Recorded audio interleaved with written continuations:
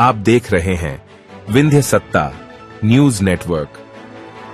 Bharatiya Janata party कार्यालय अटल कुंज में केंद्रीय बजट 2024-25 के विषय में मध्य शासन के उप मुख्यमंत्री राजेंद्र शुक्ला ने पत्रकार वार्ता कर बताया कि भारत के लोगों ने प्रधानमंत्री मोदी के नेतृत्व वाली सरकार में अपना विश्वास व्यक्त किया है। उनके नेतृत्व वाली सरकार को ऐतिहासिक तीसरे कार्यकाल के लिए पुनः चुना है। हमारी नीतियों के प्रति उनके समर्थन, आस्था, विश्वास के लिए हम आभारी हैं। बजट में कहा गया था कि हमें 4 मुख्य समूहों गरीब, महिलाएं, युवा और अन्नदाता पर ध्यान केंद्रित करने की आवश्यकता है। अन्नदाता के लिए हमने 1 महीना पहले सभी मुख्य फसलों के लिए उच्चतर न्यूनतम समर्थन मूल्य की घोषणा करके लागत पर कम से कम 50% मार्जिन देने का वादा पूरा किया। प्रधानमंत्री गरीब कल्याण योजना को 5 वर्ष की अवधि के लिए बढ़ा दिया गया है। इसमें 80 करोड़ से अधिक लोगों को लाभ होगा। डिप्टी सीएम ने कहा कि केंद्र सरकार द्वारा पेश किए गए बजट में प्रधानमंत्री द्वारा निर्दिष्ट ज्ञान, गरीब, युवा, अन्नदाता, नारी के उत्थान पर केंद्रित और विकास भी विरासत भी के तहत वित्त मंत्री के द्वारा मध्य प्रदेश में विशेष रूप से गरीब कल्याण, इंफ्रास्ट्रक्चर, पर्यटन और रोजगार सर्जन ध्यान किया गया। साथ ही वर्ष 2014-25 मध्य प्रदेश को केंद्रीय करों में 98,000 करोड़ रुपए देने का प्रावधान किया गया है। वित्तीय वर्ष की तुलना में 11,205 करोड़ रुपए अधिक हैं। साथ ही मध्य प्रदेश में संचालित केंद्रीय योजनाओं के लिए 44,000 करोड़ का अनुदान मिला है। हालांकि बजट में मध्य प्रदेश को आवंटित किया गया है। 98,000 करोड़ का बजट मध्य प्रदेश के लिए एकत्रित किया गया केंद्रीय कर के अनुपात के हिसाब से किया गया है।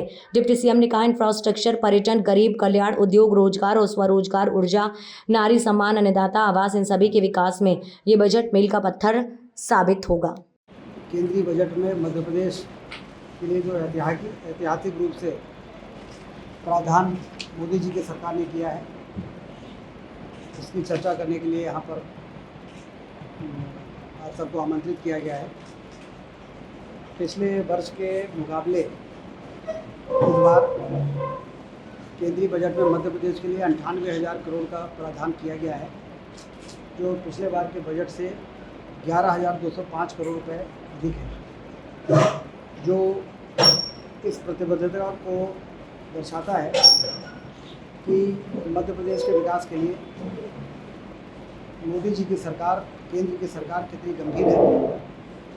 चाहे केन बेतवा नदी के जोड़ने के लिए 60,000 करोड़ से ज़्यादा की योजना हो, चाहे पार्वती काली सिंह नदी को जोड़ने के लिए हज़ारों करोड़ की योजना को ज़मीन पर उतारने का सवाल हो, चाहे रेलवे लाइनों के विस्तार की बात हो, चाहे लगभग 29,710 करोड़ रुपए के लिए 5 रिंग रोड एक्सप्रेस हाईवे, चाहे विंध्य एक्सप्रेसवे, मालवा एक्सप्रेसवे, अटल एक्सप्रेसवे, तमाम तरह के जो विकास के काम जो किसी भी प्रदेश की आर्थिक तरक्की के लिए मील का पत्थर होते हैं, उसके लिए पर्याप्त प्रावधान मध्य प्रदेश के सुनहरे भविष्य की ओर ले जाने के लिए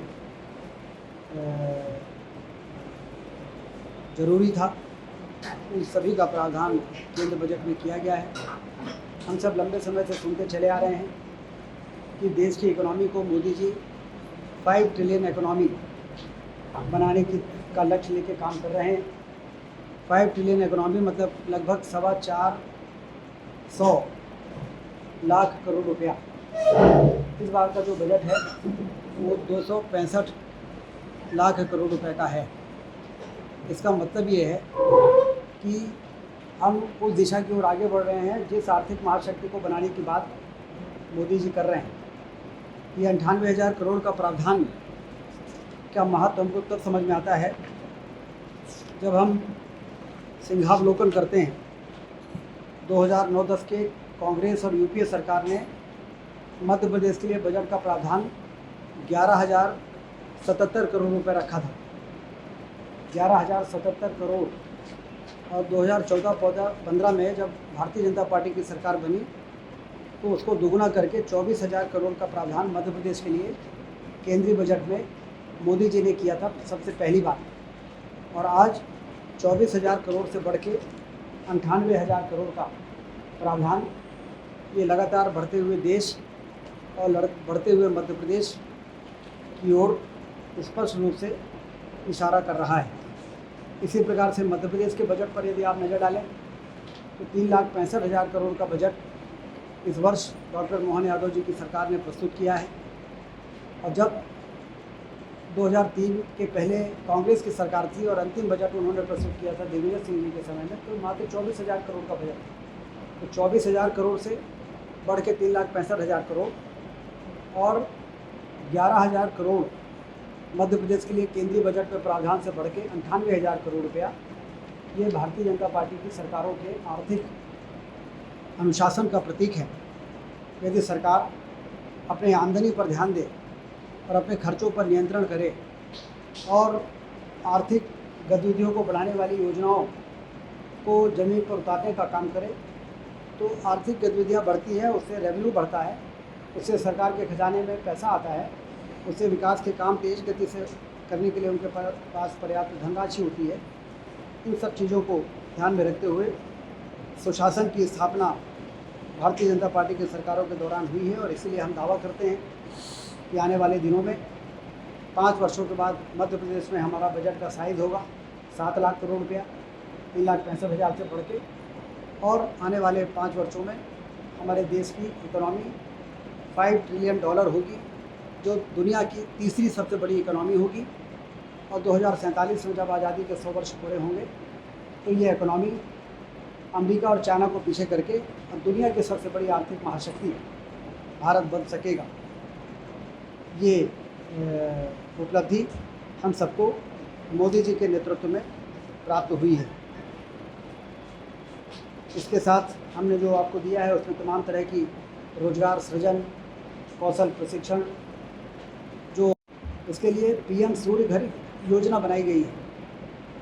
3 किलोवाट तक का सोलर प्लांट जो 1.5 लाख रुपए में आता है। यदि कोई भी मध्यम वर्ग का व्यक्ति 300 किलोवाट जिसका खपत है, यदि वो 3 किलोवाट का प्लांट लगाएगा तो 1.5 लाख रुपए में उसको आधा पैसा ही देना पड़ेगा। आधा केंद्र सरकार और राज्य सरकार जमा करेगी, 75,000 रुपया, और 75,000 रुपये उसको सब्सिडी मिल जाएगी। उससे 300 यूनिट की बिजली उसकी पैदा होगी और आमतौर पे मध्यम वर्ग में 300 किलोवाट ही बिजली की खपत होती है और वो नेट मेट्रिक से कनेक्टेड रहेगा।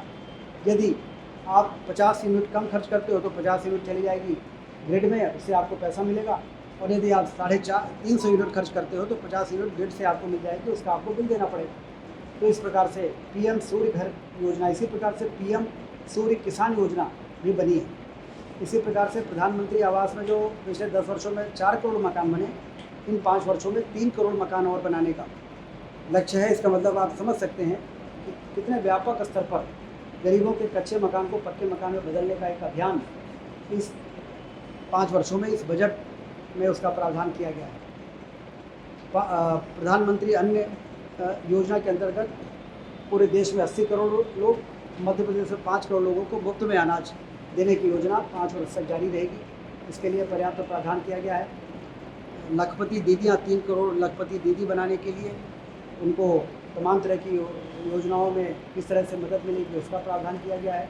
तो ये बजट कुल मिला के जो मोदी जी कहते हैं कि मेरे नज़र में देश में 4 जातियाँ ही हैं, गरीब, युवा, अन्नदाता यानी किसान और नारी। तो उन्होंने गरीबों के कल्याण की योजना, उन्होंने युवाओं को रोजगार और प्रशिक्षण और उनको आगे बढ़ने का मौका मिले इसकी योजना, किसानों की योजना, सिंचाई हो, बिजली हो और उनको सब्सिडी हो, और उसके साथ साथ किसान सम्मान निधि और तमाम तरह की मदद करने के लिए पर्याप्त प्रावधान, और नारियों के लिए उनके सशक्तिकरण के लिए पर्याप्त प्रावधान इस बजट में किया गया है। बहुत ही संतुलित बजट देश को विकास की ऊंचाइयों पर ले जाने के लिए और देश को आर्थिक महाशक्ति बनाकर देश की जनता की बुनियादी सुविधाओं के लिए सरकारों के खजाने में धन की कमी आड़े ना आए, इन सब चीज़ों को ध्यान में रखते हुए बजट प्रस्तुत हुआ है। तो ये केंद्रीय बजट में मध्य प्रदेश के लिए प्रावधान के संबंध में मैंने आपसे चर्चा की है। इसके अलावा तिरंगा 15 अगस्त को हम स्वतंत्रता दिवस मनाने जा रहे हैं।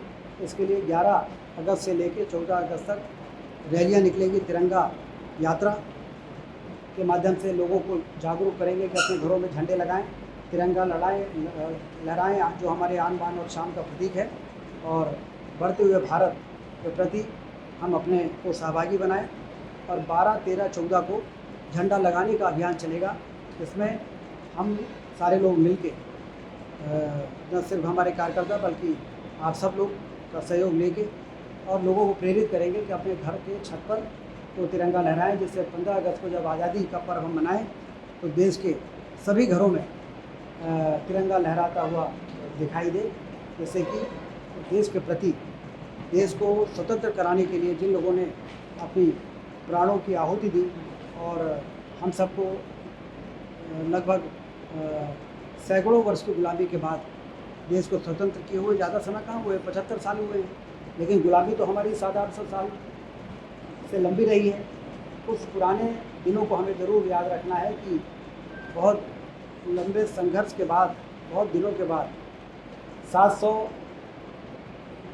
मुग़ल और यदि अंग्रेज़ों का शासन जोड़ लें तो बहुत लंबा समय है और आज़ादी का तो बहुत कम समय है, लेकिन हम लोग को कभी कभी लगता है कि हम बहुत दिनों कभी गुलामी नहीं रहे और ऐसे हम ऐसी हरकतें भी कर देते हैं आपस में, एक दूसरे के टाँग खिंचाने कि देश को कमज़ोर करने की भी स्थिति यदि बने तो हम कहीं न कहीं देश के अंदर हमें फिर से वही भावना लोगों के मन में पैदा हो सके। इसके लिए आज़ादी के जश्न को घर घर में तिरंगा लहरा के आम आदमी मनाए। इसके लिए भारतीय जनता पार्टी राष्ट्रीय स्तर से लेकर प्रदेश और जिले स्तर से लेकर मंडल स्तर तक इसमें सक्रिय भूमिका निभाने वाली है।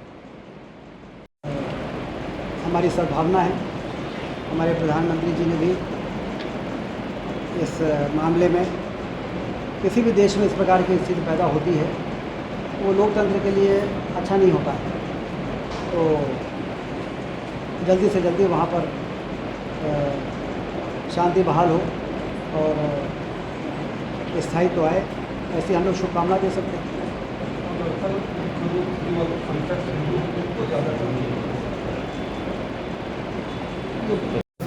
इलेक्ट्रॉनिक कंप्यूटर वाला और दूसरा सॉफ्ट हार्डवेयर, लेकिन सिविल और मैकेनिकल की बहुत पुरानी डिमांड थी, तो सिविल और मैकेनिकल की भी मंजूरी मध्य प्रदेश की कैबिनेट ने दे दिया है और उसमें जो पर्याप्त अमला है अब वो स्वीकृत हो गया है, तो सिविल और मैकेनिकल के बच्चों की काउंसलिंग भी हो जाएगी और 4 ब्रांच वहाँ चलेगी। बीपीसी को भी प्रस्ताव तो गए हैं, उसका भी निर्णय होना है।